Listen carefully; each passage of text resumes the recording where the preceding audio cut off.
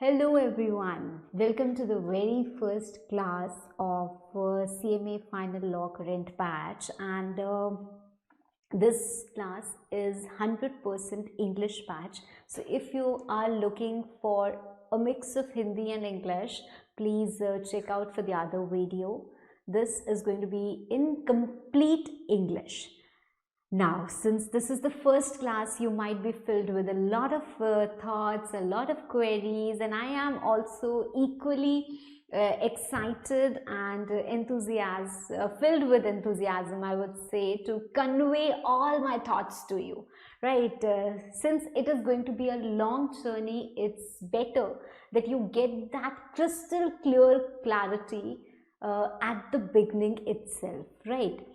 So all your thoughts, all your questions, all your queries, the teachers have the sixth sense ability to read students' mind and capture their queries over the period of time, over those years of experience. So before you ask me anything, let me tell you how the class is going to be, what are you going to get, and what efforts do you need to put in, what efforts do I need to put in, how are we going to collaborate towards success. Because of course we all understand that given this mode of learning or any mode of learning, there are certain obstacles which the students face.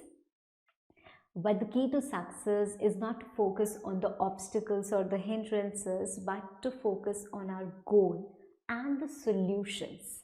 So my dear, I have solution to everything, every possible obstacle that we may witness in this journey. How is it going to be? What is it going to be? Let's continue, let's start and discover it on our own. This class or this particular lecture is all about introduction. So in this we are not going to learn about, we are not going to start our chapter number 1, company formation and conversion, nothing. We are just going to discuss. What are we going to discuss? About our CMA final syllabus, about our basics, about our process of learning, about law, right, about our course structure and like things, right? So first of all, now what are we going to get? What are we going to get? So you, my dear, are going to get class notes, handwritten charts, as well as a question bank. Now first of all, class notes, they are going to be completely exhaustive. There is going to be 100% coverage according to our institute's syllabus. So I have read every page, every single line, and thereafter actually compile this particular material which is relevant to you, which will be provided to you, and which is exhaustive. So you don't have to read anything extra. So first doubt is clear, do I need to refer to this material, study mat also, etc, etc. See, there is a lot of convenience that we want to add up to. I might have taken this whole batch with that institute's material itself, right? That would have been super easy for me too. I do not have to take the pain of designing a book and all that thing. But there are a lot of problems in that also. The section is only written in this much format and there is a huge para, plus it's not updated, there are not amendments incorporated, I don't have questions in that. So there are a lot of problems that we as teachers also face. So it's better to have our own material design. But yes, one assurance that I can convey to you is that nothing will be missed out, right? This particular batch, I've taken extra caution that nothing should be missed out, right? Now, next thing is handwritten charts. Handwritten charts, again, for this particular batch, they are exhaustive. They're more comprehensive. Earlier, they were restricted to certain chapters, the part of corporate law basically. Now they're going to be for every chapter. So you have a quick reference before exams, which is going to take you to a thorough journey of whatever you have studied so far, right? So quickly you can wrap up your whole syllabus before exams with the help of this. Apart from that, you also have a question bank. Now, question bank is again divided into two parts. One is a set of questions that we're going to discuss in class, and the other is the questions for self-practice. They are with solution, with proper answers, although I still don't like to give you answers because I don't believe in spoon feeding and like serving you the answers on the plate itself. So my request to all the students would be that even when you're doing self-practice questions, please don't look at the answers unless needed. I want you all to be more confident about yourself, be let your brain open up, right? So please don't just plainly blindly follow whatever is given. Just reading, it will make your studies also boring, right? So my request to you would be that please don't look at the answers, although the answers are given, but don't look at the answers unless you need them. Try it on your own, whether it's an objective question or whether it's a subjective question, because we are being asked both set of questions in our examination, right? So you have a question bank also for the same. Now, what efforts do you need to put in, and how are we going to study? Right, what is going to be our study strategy? For that, you need to understand that studying law is a 4-step process. 4-step process means there's going to be concept, learning, answering, and presentation. And when you know this, you can definitely clap for yourself. CLAP: concept, learning, answering, and presentation. Concept building is the first and the most important thing. How do we build a concept? It may so happen that when you enter into a professional world, because you all, my dear, are already finalists, but this journey from being an aspirant to becoming a professional is really special, and you are soon going to witness the same. You're soon going to turn out to be a professional, and I will definitely be very proud and very happy when you share your results. Even if they are not very positive ones, I feel proud because I see you putting in a lot of efforts, and you have to continue putting those efforts.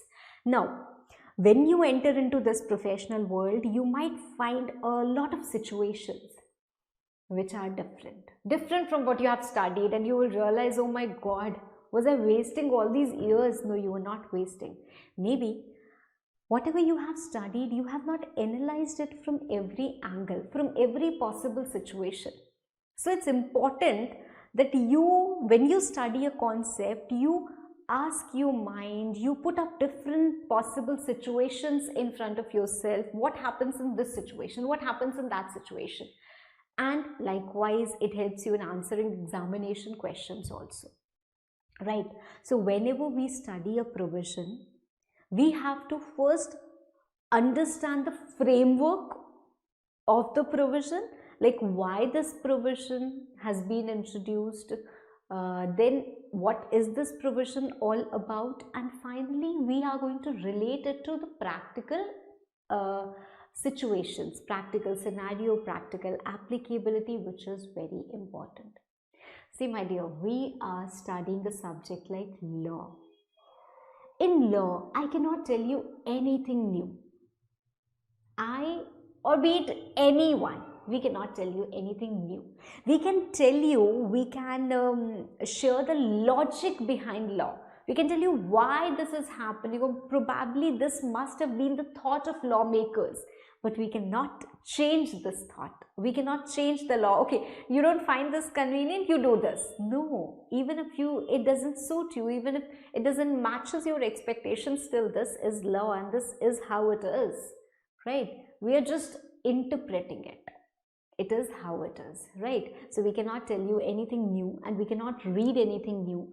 We just have to read what is given in whatever has been conveyed by the legislature. That is what I am going to convey to you, right? So concept building has to be very strong, and that will be very strong. My assurance is to you, for sure. You will never come up to me and say that ma'am, my concepts are weak. No, of course, we have a restriction, right? This is your syllabus. This is the time which you have allotted to this particular subject or your syllabus. So we have a time constraint. We cannot just go out and out and out and keep on reading it for years and years. So we have a time constraint, but your concept building will be bang on. Don't worry about it. Now, the second part comes is learning. Learning has to be two-way. One in class and one at home, for sure. So we are going to have constant revisions in class, which is going to keep your memory fresh, but at the same time you also need to learn at home. You also need to put in efforts at home. What efforts? You don't have, you just have to follow my guidelines. If I say you revise this at home, just revise this. Just give 15-20 minutes and revise it. Right? So if you constantly follow my guidelines, trust me, success will be yours, and there's no two-way about it. It will be, that means it will be, right? But you have to put in efforts, and those sincere and honest efforts.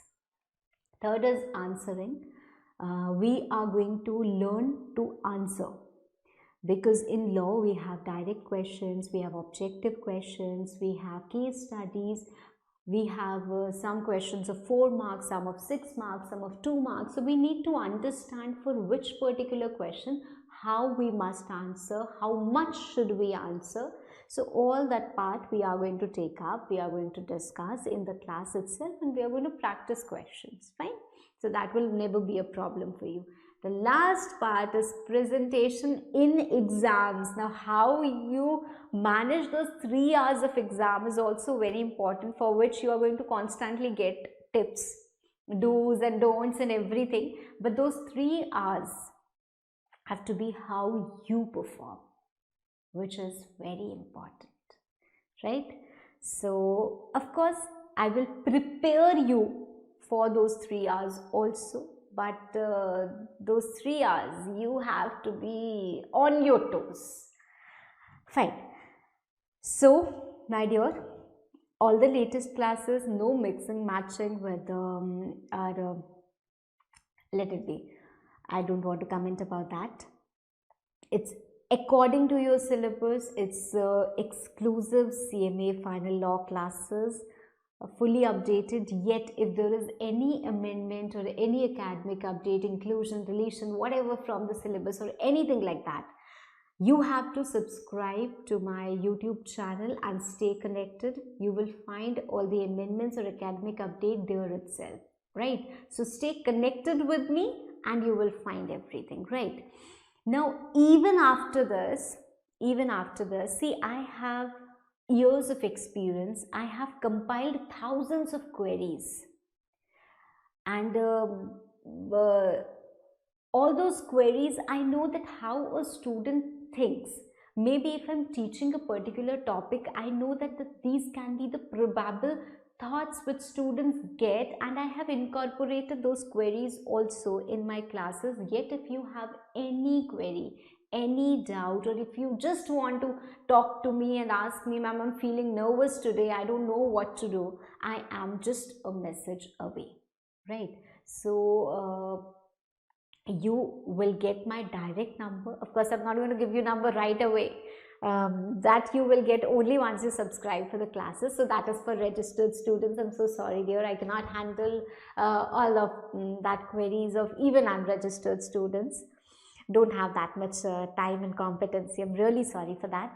But so once you subscribe to the classes, you get a direct contact number, which all the messages, all your voice notes, you want to send query in any format, you can, and they come directly to me. I am the one who answers the same. It's no other member or anyone else who's going to, it's just between us, right? So that's how it will be. Now, once you have already got to know that how our classes are going to be, now let's talk about our subject. CMA Final Law, Paper 13, Corporate Laws and Compliance. I know there is a lot of fear about this law subject, right? And law also seems to be boring at times. And what happens is that all other subjects are quite interesting. And even if you feel lazy when you're reading any other subject, you feel lazy for some time and then it goes away. But laziness in our subject comes and stays with us. So we have to make sure that it does not come to us. We never feel boring. We make our subject interesting in best possible way. So my endeavor will be through different examples, stories, animated videos, charts, whatever I can, however I can convey. I will keep the class interesting, and you also have to cooperate with me. Fine. Now CMA Final Law Paper 13, Laws and Compliance.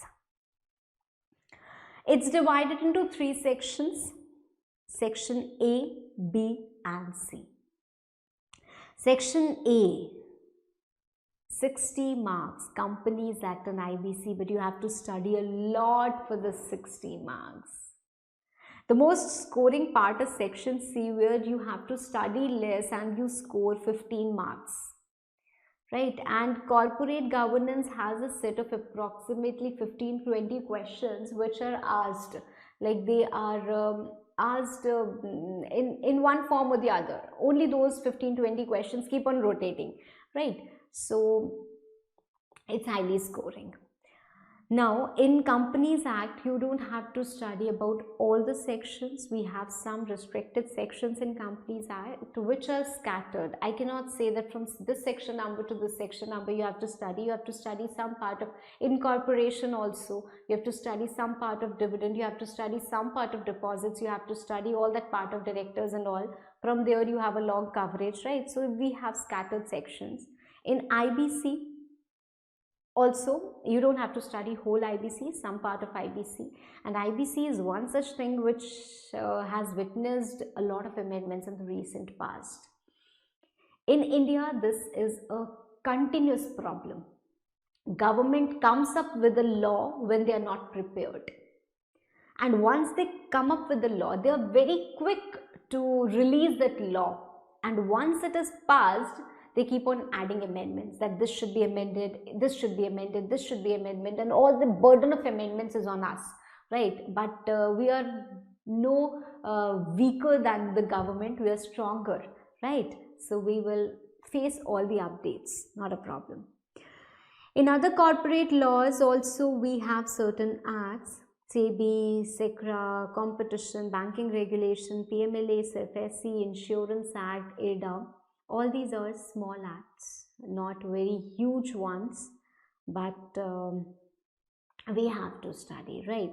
So we will study all of that. It's going to be a very, very, very long journey, but a very interesting one and a very fun.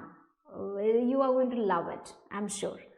Now, corporate laws and compliance. Corporate laws and compliance. Before, my dear, we start with the subject, what is law? We are going to read about compliance and we are going to read about corporate law. So we must know what law is all about. I am sure 90% of the students must be very well aware of the process of law and everything, but I am also addressing those 10% of students who might have done self-study or are not very well aware of this. So we are going to first of all discuss what is law. Okay, so law is basically a set of rules and regulations which we as citizens are supposed to follow, right? So what is law? It is nothing but rules and regulations. Fine. Now, often students have this misconception that law is something which is formulated by government, which is formulated by central government rather. Do you think this is correct? or you have some other view? Well, first of all, let me tell you that law is not something which is made by government. See, we have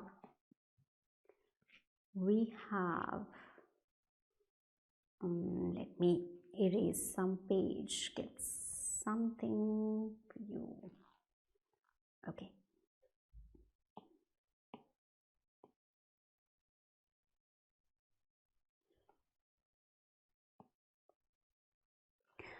We have three bodies. We have legislative body, we have executive body, and we have judicial body. These three bodies actually run the whole system. Now, for all those who think that law is something which is in the hands of government, well, let me tell you, it's not so. Law is made by us. Now, when I say this, the students would get quite thrilled of the thought that we never thought we have so much powers that we can actually make law. And if at all we had powers, we would have never made such huge laws for the students to study. I mean, Companies Act, 470 sections, no, never. Well, the truth is that India is a democratic country, and we, being the general public of a nation, we have been conferred the power to do so. Now, you must understand, given this thought, you must understand that it cannot happen at all that if there is a proposal of law, there always comes a proposal of law. If everyone is driving, let's say there is no traffic rule, nothing, so everyone will drive, and what will happen? Accidents, a lot of accidents will take place. So now the need to make traffic rules is felt, and so some rules are being formulated, drafted, just like we write on a copy, pen and paper, right? So they are drafted, they are formulated, and they are proposed to general public, that we have this inconvenience while driving and a lot of accidents take place. So we, any one of us, say propose that certain rules be made. How many of you agree? If the majority agrees, we will make this a rule, and now everyone has to follow. You agree with me? Fine.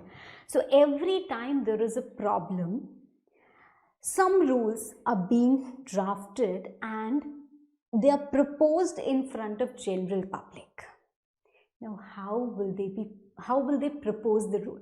They will go on every possible address, knock at the door, and ask for assent or dissent. Do you agree? Do you disagree? They will take count of votes. Do you think it's possible with a population of 130 crores? More than 130 crores, certainly. India is a country which is constantly progressing as far as population is concerned. So do you think it is possible? Of course it's not. It's not possible. So how do we make laws? Because it's the general public whose assent is required while making laws. How do we make laws? We elect some representatives. We elect some representative and they take part in decision making. So whatever our representative says, just like in classes we had class representative. So whatever our representative is saying is presumed to be our wish. You agree? So my dear, this is how we elect our representatives. Fine. So people will go on to elect some representatives. These representatives are known as members of parliament who sit in Lok Sabha. That's why Lok Sabha is also known as House of People, right? So we have certain representatives whom we are sending to sit in Lok Sabha and take some decisions. Likewise, we always go for two elections, right? One is for the state and one is for, of course, Lok Sabha. So for state, we select MLAs and they in turn select the members of parliament who sit in Rajya Sabha, right? So MLAs elect the members of parliament. I'm not going to that particular thing. So we also have Rajya Sabha and we have president. Now, as soon as I say these three things,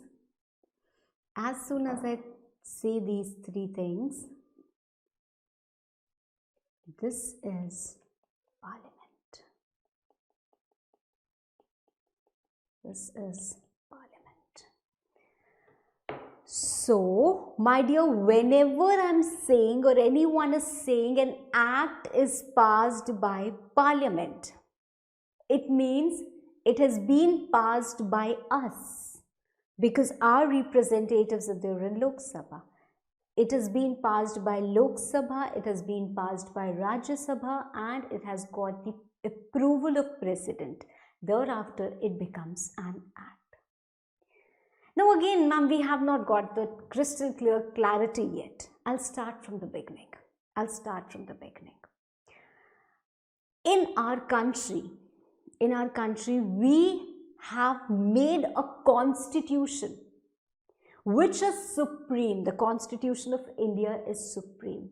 So constitution defines everything, what is happening, how it should happen, everything. So anyone, if gets any power, it is derived from the constitution there itself. So constitution is supreme, it is made by public, no matter who has written it, but it has been made on behalf of public, right?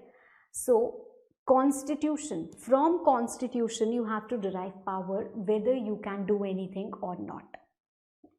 Now constitution confers power to parliament also, to the state legislature also, and to a combination of both to make laws.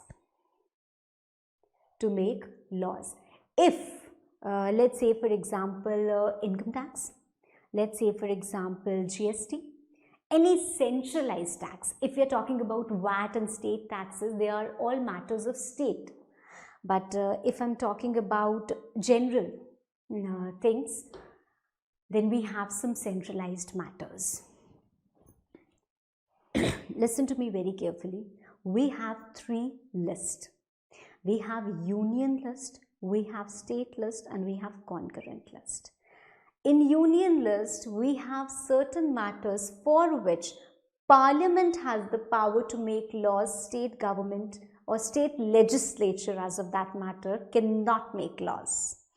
We have certain things for which state legislature can make laws and certain things on which both can make laws, right? So these matters are enumerated in these lists, right? So constitution is supreme. Parliament derives its power from constitution to make acts, to make rules. I'm using the word act and rules, but I will be more specific now on. Okay, to make act or central acts which are going to be prevalent throughout the country or as the act may specify. Clear? What is parliament? Parliament is Lok Sabha plus Rajya Sabha plus president. That constitutes parliament. So parliament has that law making power. From where does parliament get that law making power? From the constitution there itself, right? I hope so far things are clear. So who is the legislative body in our country? It is parliament. It can be state legislature also, but we are talking about the centralized acts, central acts. So if we are talking about central acts, because here we are not reading any state laws, we are reading central laws, we'll talk about central acts. And when I'm talking about central act, who has the legislative power? It is the parliament. So parliament is someone who is making law, who executes law. Now we'll come to government, and now you will have a more clear perspective how do we say that it's BJP government or it's Congress government or anything like that? How do we say that? Supposedly the election happens and out of say 1000 seats or out of say 550 seats, out of say 500 seats, out of say 600 seats, you take any fictitious example, BJP has got majority of the people who are elected. Whom do we elect? Anyone who is willing to be or willing to act as a representative, that person will only be elected. No, you cannot come and elect me. I'm not willing to act as a leader. I'm not willing to act as a representative in Lok Sabha of you.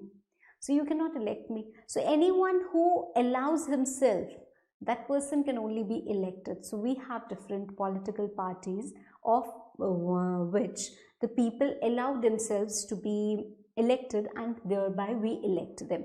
So supposedly BJP has got the majority of the seats. Now they have the power to form the government. They have the power to form or appoint ministers, form ministries, through which the whole division runs, through which all the laws are implemented. We have Ministry of Home Affairs, we have Ministry of Defense, we have Ministry of Corporate Affairs, MCA, the most important for us as professionals, MCA. So we have a ministry for managing all that corporate world, Ministry of Corporate Affairs. So that is a ministry which is being run by the ruling government. We have a ministry which is being run by the ruling government. So we have a lot of ministers, a minister from all the departments the central government is segregated into, and all these ministers are presided over by our Prime Minister. So all these ministers actually formulate central government. All these ministers actually formulate central government, and they are the ones who are ruling the country. They are the ones who are responsible for maintaining law and order in our country. If anything happens, we blame that government. Okay, under Modi ji this is happening. Right, so we directly blame whoever is the ruling party over there, whoever is the ruling government over there, right? So we blame them. Why? Because they are the ones who are responsible for maintaining. They do not have the law making powers. They have been given law. This is the law. You are responsible for maintaining this law, making people follow this law. So how are you going to make people follow this law is in your hands. That means Parliament has made an act called as Companies Act, which tells us how company is going to be incorporated, how company is to be run and everything. But Companies Act tells us form the file. Which form? What details you need in the form? Right? So that power is with ministry. So we have Act which is made by Parliament. We have rules, notifications, etc., which is made by the ministries, which is made by central government, because they are the ones who are responsible. They are the ones who will tell us how this law has to be maintained, right? So they are basically executive bodies or implementing body. And we also have a judicial body which is interpreting, which interprets law, right? At times when we are stuck, it tells us that a particular provision has to be read in a certain way. Fine, so I think this is clear. Right, now we come back. So you know what is the meaning of law? Is law different from act? Yes, certainly it is very different from act. Law is a much wider term. Law is a wider term. It comprises of act, it comprises of the rules, it comprises of notifications, regulation, ordinances, circulars, sorry, Fine. So law is a much wider term. Statute or act is the same. So it is different from act. That is clear. Now, who makes act? Whoever has power under the constitution. Matters are being listed in these three lists. Under union list matters, parliament has the power. State list matters, state legislation. Concurrent list matters, both have the power to make law. Right? Both have the power to make law. If we do not comply with the law which has been made, then we are being attracted to penalties, which can be imprisonment and it can be fine or damages also. Fine. Now, one common thing which you all know, I don't think I need to tell you this, this is something which is very common and being told by, I think, almost everyone, that how an act is passed. Now, as I told you, we have an idea in mind that this particular law should be made. So we draft certain rules, we draft certain things, we write it. It is a draft, it is not final. So it can be subject to changes. There might be a number of changes which may be incorporated in that. So that is published in newspaper and suggestions are invited. Then it is firstly introduced in Lok Sabha. After it passes in Lok Sabha, it is forwarded to Rajya Sabha. After it passes in Rajya Sabha, after all the discussions, deliberations, opposing things, etc., then it is sent to President. When President gives the assent, it becomes an act. Fine. I don't think so far there's any problem. Okay, so we know that we have three bodies. Legislative body which makes law. Who makes law? Central acts are being made by Parliament. Why? Because Parliament gets the power from the Constitution to do so. And it is nothing but we are the ones only who are the part of lawmaking process, indirect part of lawmaking process. Now, once that part is clear, we come back to our subject, corporate laws and compliance. What is compliance? Compliance of law. So we need to understand law first and then only we can go to compliance. Non-compliance can be subject to different penalties and all things. Corporate law. Corporate law is a law of corporates. Under corporate law, first thing that we are going to discuss, it is about a central act which has of course been made by Parliament, is Companies Act 2013. Is Companies Act 2013. Now, you know that any act can now be passed by Parliament. It is a central act, so it must have been passed by Parliament, it must have been made by Parliament. From where does Parliament get its power? From the Constitution. Is it given in Union list, ma'am? Well, yes. There is a residual entry in Union list, that is entry number 97, which gives power to Parliament for making central acts in respect of matters which are not listed above. So fine, we get that power. So Parliament got the power and Parliament made this particular act. Companies Act 2013. Fine. Why is it made? Why Companies Act 2013? Because we have a beautiful form of business organization which is company, which has a lot of loopholes, a lot of advantages can be made from this particular form of business organization, and it is gaining a lot of popularity and importance. So a very primal need was there to understand that some regulation needs to be there for this particular form of business organization. It's not that Companies Act 2013 is the first act to regulate company. We had a lot of acts, 1956, the most popular one before this. But here we are not talking about the previous company laws or the acts. We are talking about Companies Act 2013. Fine, Companies Act 2013. Clear? Fine. Let's talk some history of Companies Act 2013. So in 2008, bill was introduced, but it was rejected.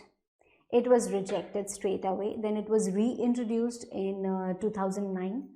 It was then referred to some standing committee for finance. Okay, fine. So standing committee for finance referred to it.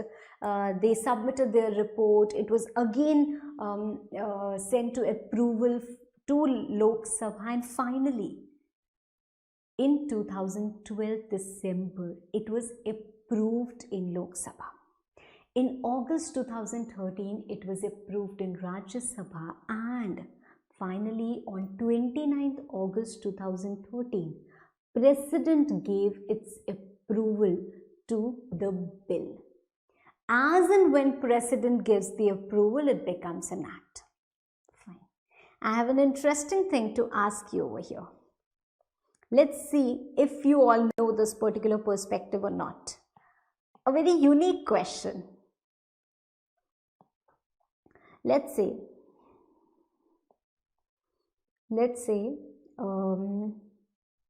President gave the approval of act on 29th August 2013. Fine, ma'am. At 3 p.m. Now you are being given 4 options.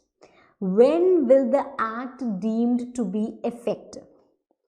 29th August at AM, 30th August at the same time, or 30th August at 9 AM, or 29th August at 3 p.m. When will the act be deemed to be effective from?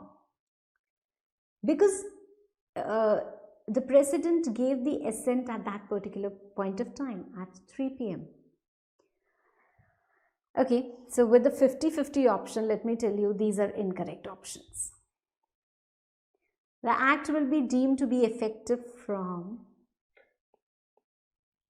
It's exactly how your birthday operates. No matter at what point of time, at what time of the day you were born at, your birthday, as soon as the clock strikes at 12, happy birthday to you, right? So the same way the act is also born. No matter at what time it took birth, it is effective. Its birthday comes at exactly 12, right? So it's going to be effective from 29th August 2013 at 12 AM. Okay, doesn't matter, it has got approval at 3. Fine. So this was just a quick thing for you. Okay, now I think so far this is clear.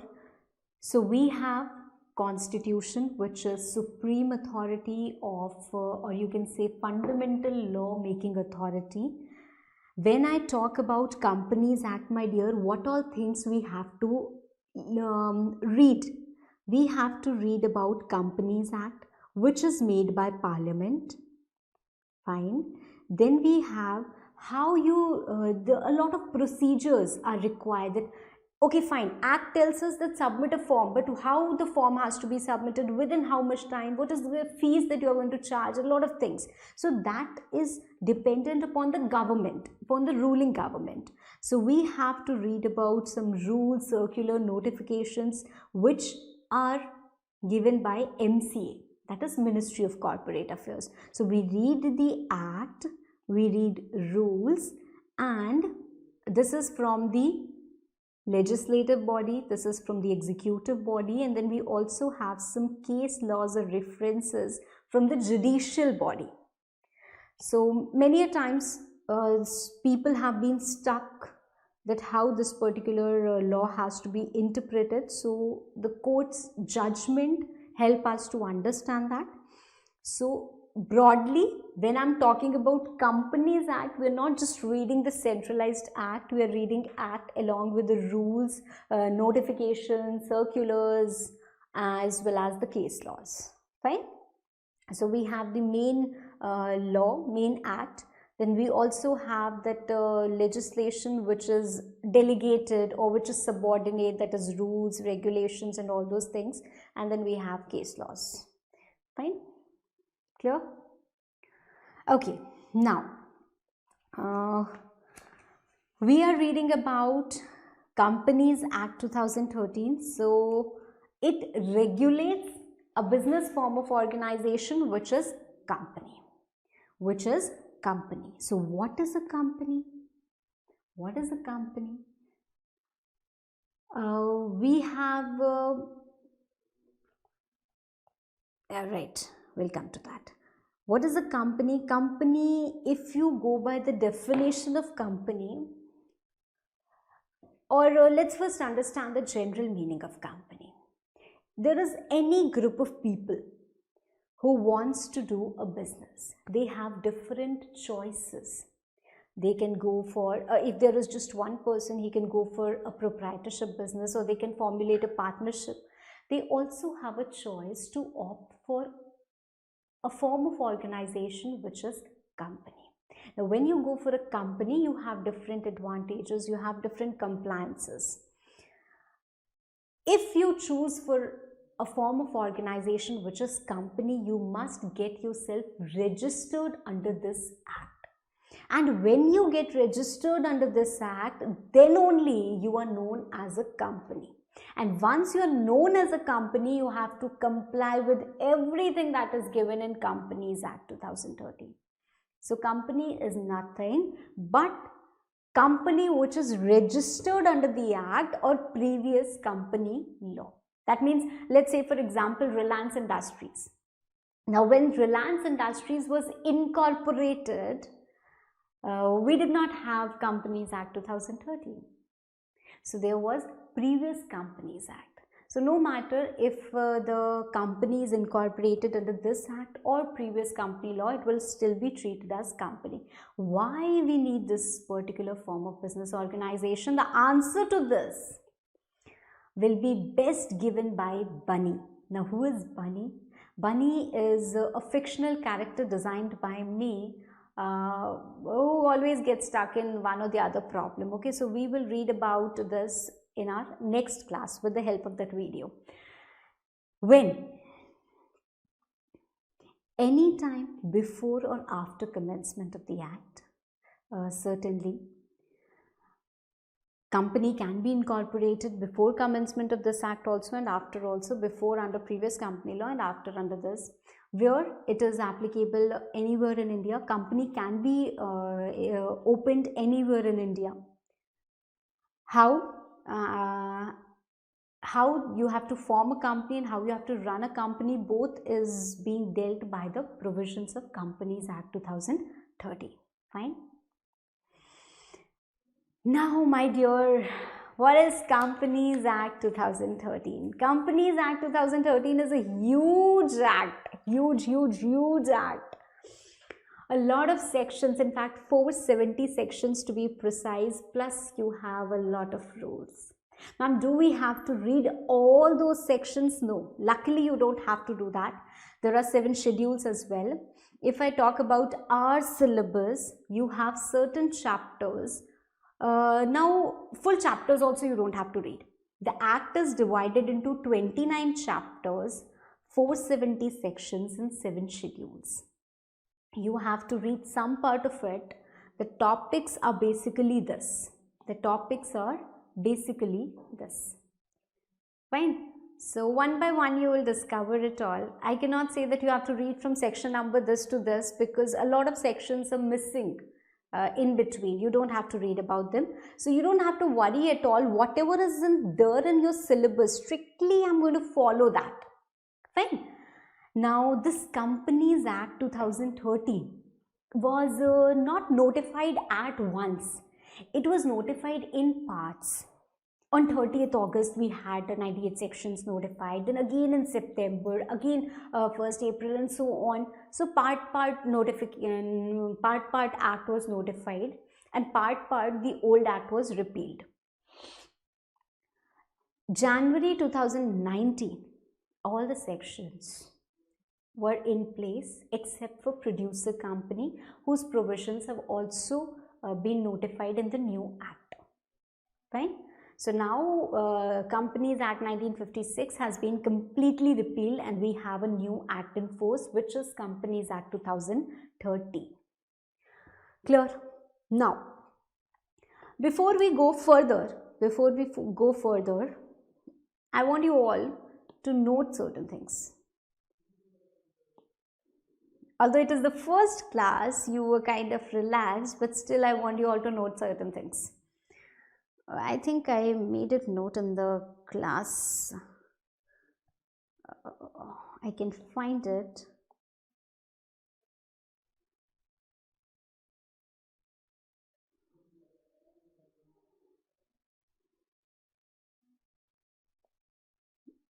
I think now you can see it, right? Fine. So you have to note this. What are the authorities under Companies Act? This is going to help you. This is going to help you throughout the act. As we progress the act and read all that part, this is going to help you. First of all, MCA, Ministry of Corporate Affairs. You all know that it is nothing but the executive body through which the corporate world is governed, right? MCA has the power to make rules with respect to Companies Act. Fine. Then we have ROC. The full form of ROC is Registrar of Companies. Registrar of Companies. For all those who get slightly confused or anything, don't worry. When we go on to read the act, you will understand everything. But this is a basic idea that I want to give you before we progress with the act. Fine. What do they do? You all must be knowing already all these things. Companies Act 2013 is not new to you, but I don't want to take any risk.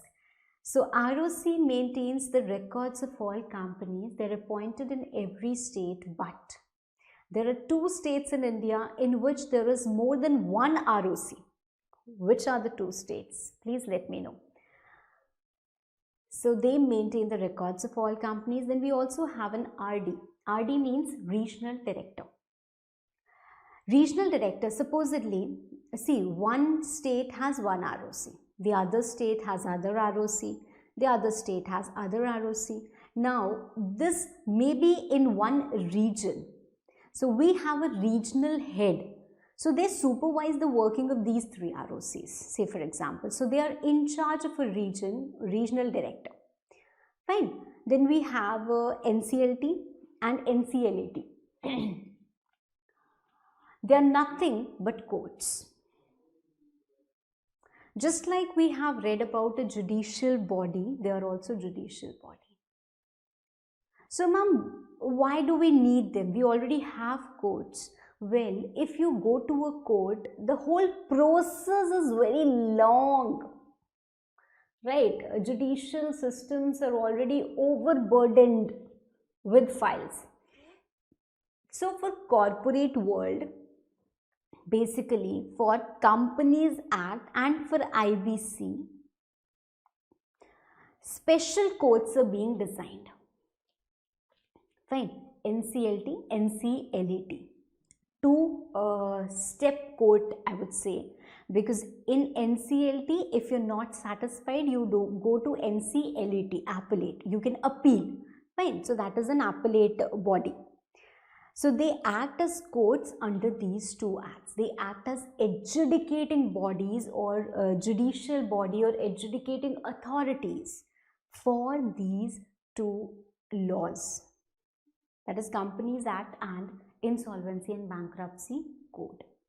Clear? So we have these authorities which are going to be relevant to us. I think so far things are clear. Fine. One more thing.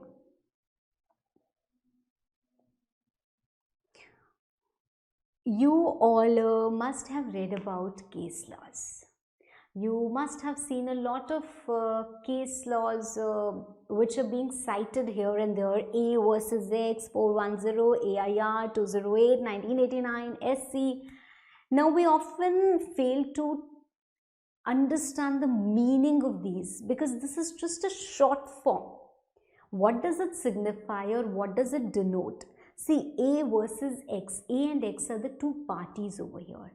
In any case law, there are two parties. One is the plaintiff, the one who finds himself that, okay, something wrong has happened to me, so I am filing a case against the other party. So usually this plaintiff is considered to be the aggrieved party, is also known as the aggrieved party. And then we have a defendant. Since the case has been filed, I need to give reply. So I am going to defend myself that I have not done anything wrong. Someone has put an allegation on me and I am now going to defend myself. Right? So we have two parties and these are the two parties. 410 is the volume number. AIR is the journal number. What are you saying, ma'am? Journal number, not it's the journal. Ma'am, what are you saying? See, although Google has taken over everything, if I want to find what happened in this particular case law of 1989, can I find it on Google? Everything? No. I can just find some extracts. That information cannot be authentic enough to be reproduced in court, right? But the notings of the court itself are great, right? They are recorded in law journals. So we have All India Reporter, which is nothing but it's a law reporter or a journal. We have 410, which is the number, right? So they are all recorded in those books, which can be referred to as and when needed. So this is All India Reporter. We have 208, which is the page number. Which is the page number. Our case starts from page number 208, so case beginning page number. 1989 is the year and SC stands for Supreme Court. So that's how the case laws are being referred to. That's how the case laws are being referred to. Clear? I hope so far things are clear. Okay. Now we come back.